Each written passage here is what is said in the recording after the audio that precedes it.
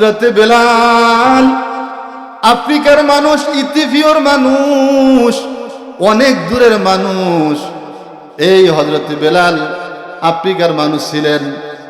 বহু শুনেছেন বিভিন্ন মানুষ থেকে যে মক্কাতে নাকি একটা লোক আছে, যে লোকটার নাম হলো মুহাম্মদ। অসংখ্য মানুষের কাছ থেকে মুহাম্মাদের খুব প্রশংসা শুনে, আবার অনেক মানুষের কাছ থেকে মুহাম্মাদের খুব বিরুদ্ধে কথা শুনে। বেলালের মনে আশা আকাঙ্ক্ষা জাগছে যে জীবনে যদি কোনো দেশে চাকরি করতে হয়, প্রবাসী হতে হয়, তাহলে মক্কাতেই প্রবাসী হব, মক্কা সেই চাকরি করতে যাব। বিভিন্ন দেশ থেকে বেলালকে চাকরির অফার দেওয়া হইল। বেলাল কোনো দেশের চাকরি গ্রহণ করে নাই। মক্কা শরীফ থেকে যখন চাকরির অফার পেয়েছে উমাইয়ার পক্ষ থেকে, আর বিলম্ব করে নাই, মক্কাতে চাকরি করার জন্য চলে আসে। অন্তরের মোহাব্বত হইল। একটা লোকের বিরুদ্ধে অসংখ্য মানুষের কাছ থেকে খারাপ শুনি, আবার বহু মানুষ থেকে এই লোকটার অনেক প্রশংসা শুনি। জীবনে একবারও যদি হয়, ওই লোকটার চেহারার দিকে একটাবার আমি তাকাইব। জোরে কন, সেই লোকটার নাম কি? আরো জোরে কন। সেই লোকটার নাম হইল জনাবে মুহাম্মাদুর রাসূলুল্লাহ সাল্লাল্লাহু আলাইহি ওয়াসাল্লাম। বেলালের মনে অনেক বড় আশা। মক্কাতে চাকরির অফার পেয়ে মক্কাতে চলে আসলেন। আফ্রিকা থেকে সেই কালো বেলাল চলে এসে উমাইয়ার চাকরি করতেছেন। উমাইয়া হইল মক্কার জমিনে সবচেয়ে বড় কাফের। উমাইয়া বড় কাফের। বেলাল চাকরি করতেছে আর মনে মনে খুঁজতেছে, মক্কাতে যেই লোকটাকে দেখার জন্য আসছি, এই লোকটাতে কখনো দেখছি না। এই জন্য উমাইয়ার একদিন সকালবেলা উমাইয়ার ছাগলের পাল নিয়ে গারে হেরার পাশ দিয়া যাইতেছেন। যাইতে যাইতে দেখে গারে হেরার কাছে দুইটা লোক বসা। একটা লোক হইল আমাদের নবীজি, আরেকটা হইল নবীজির সাথী হযরতে আবু বকর রাদিয়াল্লাহু তাআলা আনহু। হযরতে বেলাল তখনও মুসলমান হন নাই। উমাইয়ার চাকরি করতেছেন ছাগল পালানোর জন্য। গারে হেরার পাশ দিয়া যাইতেছেন। দুইটা লোক দেখে দূর থেকে খুব মনোযোগ দিয়া দেখলেন। দেখতেছেন যে দূর থেকে একটা সুন্দর চেহারা চকমক করছে, ঝলমল করছে। হযরতে বেলাল নূরে ঝলমল করা দেখিয়া সেই চেহারার দিকে তাকিয়ে রইলেন। অন্যদিকে মুহাম্মদও বলছেন যে মক্কার জমিনে এত কালো মানুষ তার দেখি নাই, এত কালো মানুষ কোথা থেকে আসলো। আমার নবীজিও বেলালের দিকে তাকিয়ে রইলেন। আবার বেলাল ও হযরতে মুহাম্মদ সাল্লাল্লাহু আলাইহি সাল্লামের দিকে তাকিয়ে রইলেন। নজর কেউ কার থেকে ফিরাইতেছে না। বেলাল বলতেছে, এত সুন্দর কি মানুষ হয়? আবার আমার নবী বলতেছেন, এত খাটু কি আর মানুষ হয়? আবার এত কালো কি আর মানুষ হয়? যদিও আল্লাহর সৃষ্টি। রাসূলুল্লাহ সাল্লাল্লাহু আলাইহি ওয়াসাল্লাম তাকিয়ে রইলেন। আবার হযরতে বেলালও তাকিয়ে রইলেন। ছাগলগুলা দূরে চলে গেছে। হযরতে বেলালকে দেখার জন্য সে গারে হেরার কাছ থেকে আবু বকর এবং আমাদের নবী আরো কাছাকাছি আসলেন। অন্যদিকে বেলালের ছাগল দূরে চলে গেছে, বেলালের খোঁজ খবর নাই। আমার নবীর দিকে এমন ভাবে তাকাইছে, সুন্দর চেহারা দেখে নজরটা আর ফিরাইতে পারছে না। না পারিয়া তাকিয়ে রইলেন। মুহাম্মদ সাল্লাল্লাহু আলাইহি ওয়াসাল্লাম যখন কাছে আসলেন, বেলাল তার দিকে তাকিয়ে রইলেন। মনে অনেক বড় আশা, আমি যেই লোকটাকে দেখার জন্য আসছি মনে হয় এই সেই লোক। আবার হযরত আমার নবীজি বেলালের দিকে তাকিয়ে রইলেন। বেলাল, তোমার ছাগল তো চলে যাইতেছে। আমার নবীকে বেলাল বলতেছেন, বেলাল, দুধের কি ব্যবস্থা হবে? তোমার পাল থেকে, ছাগলের পাল থেকে দুধের কি ব্যবস্থা হবে? 3 দিন পর্যন্ত কোরআনের দাওয়াত দিয়ে এখানে বসছি, ঘরেও খাবার নাই। এখন তোমার ছাগলে কি কোনো দুধের ব্যবস্থা আছে? হযরতে বেলাল বললেন, না, তেমন একটা ব্যবস্থা নাই, তবে একটা ছাগল আছে, সেটা থেকে কিছু দুধ দহন করা যাবে। হযরতে বেলাল একটা মশক নিয়ে, একটা পাত্র নিয়ে সেই ছাগলের দুধ থেকে দহন করলেন। বেলালের ধারণা যতটুকু ছিল তার চেয়ে বেশি হয়ে গেছে। আমার নবীদের কাছে দুধ দেওয়া হইল, নিজেও পান করলেন, আবু বকরকেও পান করাইলেন। আবার বেলালও পান করলেন। বেলালকে বলতেছেন, আজকের জন্য যাও, তোমার মালিক তোমাকে রাগ করবে, ছাগলগুলো নিয়ে যাও।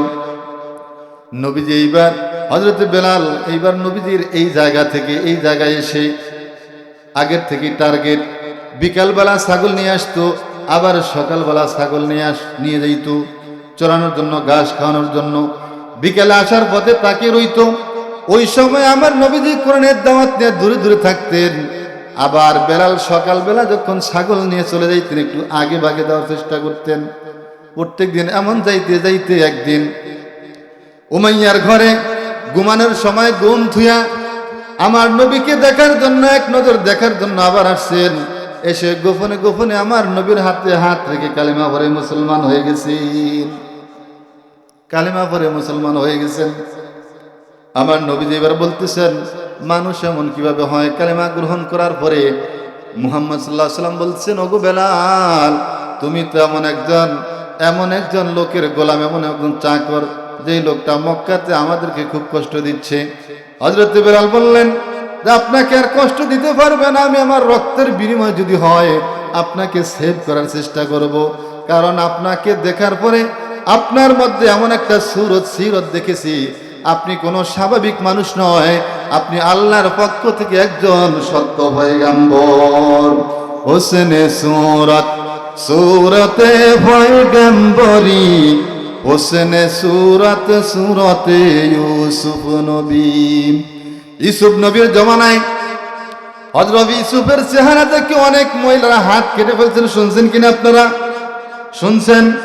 হযরতে ইউসুফ নবীর চেহারা দেখে অনেক মহিলারা হাত কেটে ফেলছেন। কবি বলতেছেন, যদি ওই যুগের মহিলারা আমার আপনার নবীর চেহারা দেখতো, শুধু হাত কাটতো না, হাত কাটতে কাটতে কলিজাও কেটে ফেলতো, উপলব্ধি করতে পারতো না। হযরত বেলাল ইসলাম গ্রহণ করার কারণে হযরত বেলালকে উমাইয়া তার মালিক কতভাবে কষ্ট যন্ত্রণা দেওয়ার জন্য চেষ্টা করতেছেন। হযরত বেলাল রাদিয়াল্লাহু তাআলা আনহুকে খুব মারলেন। এমন মারা মারতেন, রাতের বেলা খুঁটির সাথে বেঁধে রাখতেন, রাতের বেলা খুঁটির সাথে বেঁধে রাখতেন আর মারা হইতো। আর দিনের বেলা হযরত বেলালকে উত্তপ্ত মরুভূমির বালুর মধ্যে চিৎ করা শোয়া উপরে পাথর দিয়ে আর চাবুক দ্বারা আঘাত করত। আবার কখনো হযরত বেলালকে গোড়ার পায়ের সাথে বেলালের হাতে দুটা রশি লাগাইয়া, আবার পায়ে দুটা রশি লাগাইয়া, মক্কার পাগলা ঘোড়া ছিল, ওই পাগলা ঘোড়ার পায়ের মধ্যে রশি লাগিয়ে দিয়া ঘোড়াটাকে ছেড়ে দিত। বেলালকে ঘোড়াটা পুরা উত্তপ্ত মরুভূমির বালুর মধ্যে, পাথরের মধ্যে হযরতে বেলালকে চাপাইতে চাপাইতে, দৌড়াইতে দৌড়াইতে বেলালের চামড়াগুলি খসে পড়েছেন, এরপরও মারতেছেন। হযরতে বেলালকে উমাইয়া বলতেছেন, বেলাল এখনো কি বলবা, ঈমান রাখবা না ছাড়বা? আমার নবীর সাহাবী হযরতে বেলাল বলতেছেন, ওরে উমাইয়া, এমন ইসলাম গ্রহণ করেছি, এমন একজন লোকের কাছে ধর্ম গ্রহণ করলাম যেটা ছাড়ার মতো নয়, ধরার মতো। তুমি যত মারা, যত খুশি মারো, আমি ইসলাম ছাড়বো না। হযরত বেলালকে মারতে মারতে মারতে এমন মারা মারতেন, শরীরের চামড়াগুলি খসে যাইতেন। হযরত বেলাল কখনো বেহুশ হয়ে যেতেন, মরার মতো হয়ে যাইত। এরপরে মারা হইতো। যখন একটু চোখ খুলতো, একটু হুশ আইতো, বেলালকে বলা হইতো যে ঈমান ছাড়, বেলাল ঈমান ছাড়। আর হযরত বেলাল বলতেছেন, না ঈমান ছাড়বো না, ঈমান ছাড়বো না। হযরত বেলালের কলবের মধ্যে একটাই শব্দ আসতো, সেই শব্দটা হইল আহাদ, আহাদ, আহাদ, লা ইলাহা, আরো জোরে লা ইলাহা,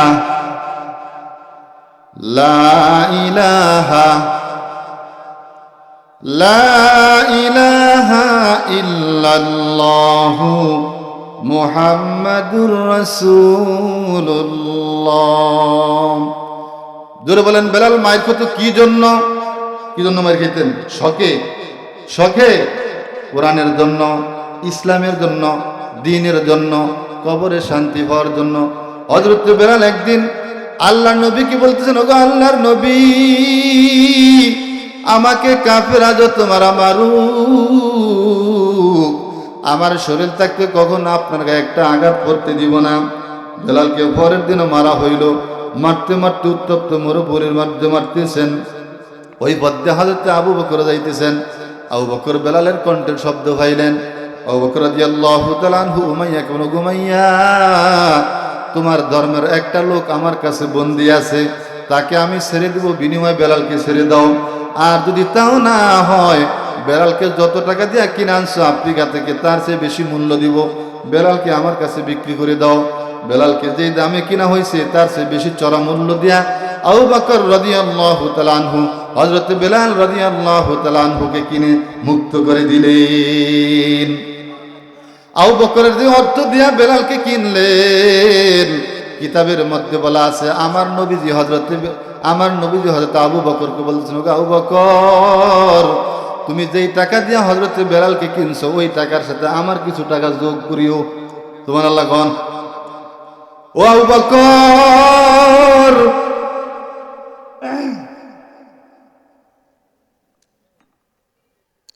ও আবু বকর, বেলালকে যেই টাকা দিয়া তুমি কিনতেছ ওই টাকার সাথে আমি মুহাম্মাদের কিছু টাকা শরীক করিও। আমি যেন কিয়ামতের দিন বলতে পারি, আল্লাহ যদি জিজ্ঞাসা করেন বেলালের এত কষ্টের ঈমান, ওগো মুহাম্মদ তুমি বেলালের জন্য কি করছো, সেই দিন আমি হাসর ময়দানে বলতে পারবো বেলালকে মুক্ত করে দেওয়ার জন্য আমার কিছু আর্থিক খরচ হয়েছে।